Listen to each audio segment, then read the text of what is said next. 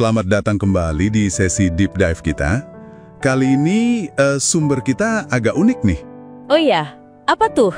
Sebuah renungan singkat, judulnya Renungan Malam, Kunci Pemilikan Hidup.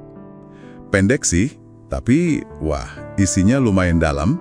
Menarik. Oke, jadi misi kita apa nih kali ini?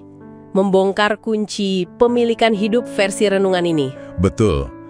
Kita mau kulik ide utamanya tentang apa sih yang dianggap sebagai kunci untuk, yaitu, memiliki hidup. Dan sepertinya langsung to the point ya. Saya lihat di sini, renungan ini berpusat pada satu ayat kunci dari 1 Yohanes 5 ayat 12. Iya, ayat itu yang jadi fondasinya. Bunyinya kan, barang siapa memiliki anak, ia memiliki hidup. Barang siapa tidak memiliki anak, ia tidak memiliki hidup. Sangat kontras ya. Dan penulis renungan ini melihatnya sebagai sesuatu yang lugas, sangat jelas katanya, bahkan membebaskan. Oke, coba kita gali lagi deh. Berarti intinya gini ya, menurut teks ini, satu-satunya ukuran kita punya hidup, dan hidup di sini konteksnya hidup kekal ya, keselamatan. Iya, ke arah sana. Itu cuma satu. Apakah kita ini memiliki anak atau enggak? Anak di sini jelas merujuk ke Kristus kan ya? Persis, argumen utamanya dibangun di situ aja.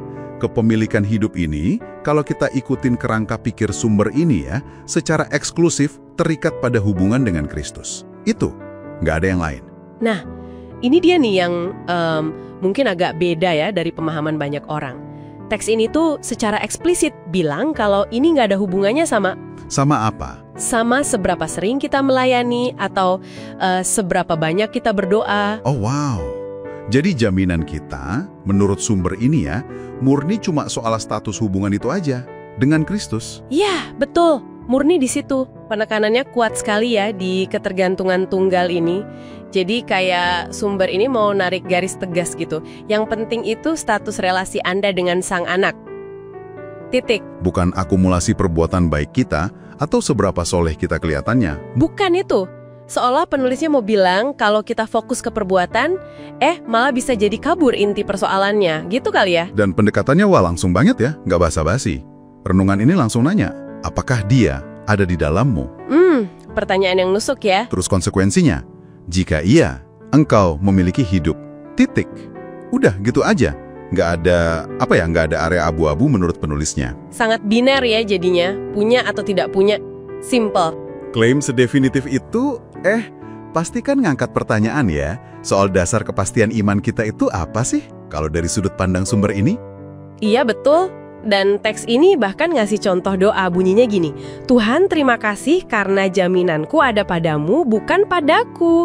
Oh oke. Itu memperkuat banget gagasan kalau kepastian itu asalnya dari luar diri kita ya. Dari Kristus itu sendiri, bukan dari usaha kita atau perasaan kita yang naik turun. Betul, bukan dari kita. Jadi kalau kita ikutin logikanya nih, yang disebut membebaskan itu mungkin karena kepastiannya jadi nggak goyah ya. Kan nggak didasarin sama performa kita. Bisa jadi itu interpretasinya. Sumber ini kayaknya mau bilang, kalau jaminan ditaruh di diri sendiri atau perbuatan, wah itu fondasinya rapuh, gampang goyah. Iya sih, masuk akal. Tapi kalau ditaruh pada status hubungan dengan anak, nah itu dianggap absolut. Stabil. Makanya mungkin membebaskan dari rasa cemas. Aduh, saya udah cukup baik belum ya, gitu. Menarik. Dan teks ini juga ngasih pertanyaan refleksi kan ya buat pembacanya. Ya, ada itu. Untuk introspeksi. Apakah aku masih mengukur keselamatanku dengan perbuatanku? Wah, ini kayak cermin ya. Betul, semacam alat cek diri gitulah dalam kerangka teologi yang diajukan ini. Ngajak pembaca jujur, sebenarnya sandaran keyakinan gue apa sih soal selamat? Apakah udah sesuai sama premis utama renungan ini atau masih ngitung-ngitung amal gitu ya? Masih pakai kalkulator amal. Iya. Jadi oke, kalau kita rangkum nih buat Anda, intisarinya apa sih dari sumber pendek ini? Intinya sih renungan ini ngasih pandangan teologis yang sangat fokus. Punya hidup kekal itu cuma soal satu hal. Apa tuh? Apakah Anda memiliki anak atau tidak? Udah. Frekuensi pelayanan, banyaknya doa, menurut teks ini ya, itu nggak jadi faktor penentu jaminannya. Oke. Dan kalau kita coba tarik ke gambaran lebih besar nih, teks ini kayaknya mau mengkontraskan dua hal ya. Gimana tuh? Di satu sisi, ada kerumitan. Mungkin rasa cemas juga kalau kita coba ngukur kelayakan diri pakai perbuatan kita. Iya, capek juga ya kalau gitu terus. Nah, di sisi lain, ada apa yang disebut sumber ini sebagai kesederhanaan Injil yang membebaskan. Yang intinya adalah kepastian yang didasarkan murni pada status hubungan itu ya, dengan Kristus. Jadi kayak pergeseran fokus aja soal dasar jaminannya. Sip. Nah, sebagai penutup nih, kita lempar satu pemikiran deh buat Anda bawa pulang, buat direnungkan lebih lanjut.